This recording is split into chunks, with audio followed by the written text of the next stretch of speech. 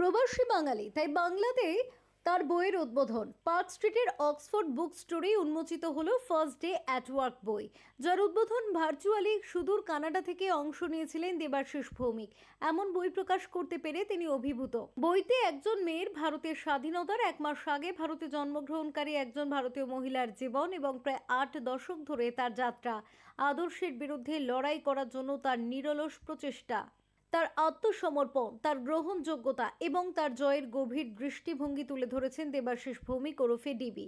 এই বইয়ের উদ্বোধনে ছিলেন চলচ্চিত্র নির্মাতা এবং লেখক দেবারতী গুপ্ত, বিখ্যাত শিল্পী বিজয়লক্ষ্মী বর্মন এবং পুরস্কারপ্রাপ্ত কবি সম্রাজ্ঞী বন্দ্যোপাধ্যায় সহ অন্যান্য বিশিষ্টরা। দেবাশিস ভৌমিক, যিনি এশিয়া প্রশান্ত মহাসাগরীয়, ইউরোপ এবং উত্তর আমেরিকা জুড়ে বিশ্বব্যাপী ফরচুন 100 সংস্থার জন্য কাজ করেছেন, লিডারশিপ 4.0 মতো বইয়ের লেখকও। বিভিন্ন ধরনের বই থেকে অনুপ্রেরণা নিয়ে আমর বিং ইন লাইফ একটি উপন্যাসও লিখেছেন তিনি। নিজের জীবনটাকে যদি পূর্ব জীবনটাকে যদি দেখতে পাই ও আগের জীবনটা, তাহলে এখন রিয়েলাইজ করছি আমরা কিসের উদ্বুদ্ধ দিয়ে এসেছি। কিন্তু বর্তমান জীবনে আমরা পিছনের জীবনটাকে ভুলে গেছি।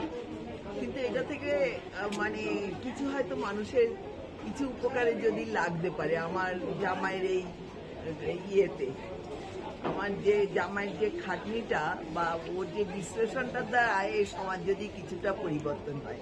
ও তো আমার কথা লিখেনি, একটা সমাজের কথা লিখেছে।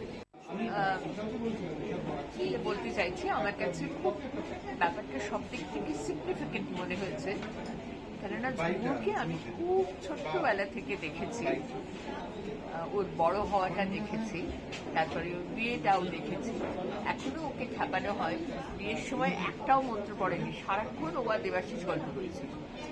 তো মানে ওরা তো আমার সন্তানের মতোই।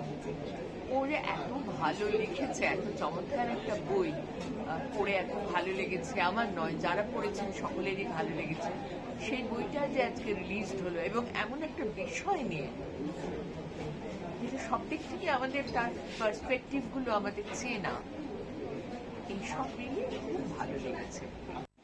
আমার খুব ভালো লেগেছে, খুব মুসিদ ভাষায় লেখা এবং একজন গৃহবধূর জীবন ন্যারেট করতে গিয়ে বইটা এমন সব ইন্টারেস্টিং কিছু অ্যানেকডোটস রেখেছে যেটা খুব এনলাইটেনিং লেগেছে।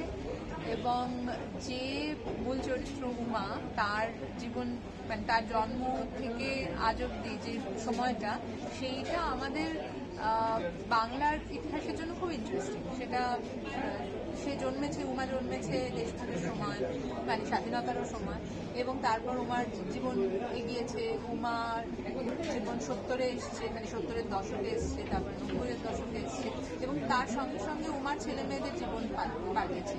সেইটা যেভাবে একটা ছোট পরিসরে ধরা হয়েছে, সেটা খুব ইন্টারেস্টিং।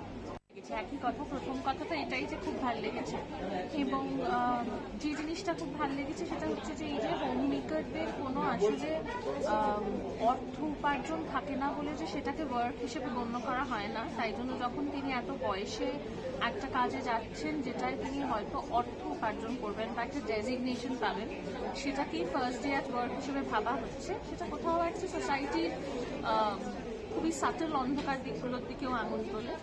তো ওভারঅল আমি বলবো যেটা খুবই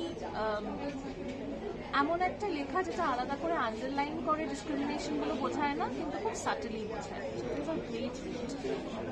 ব্যুরো রিপোর্ট, চ্যানেল 10।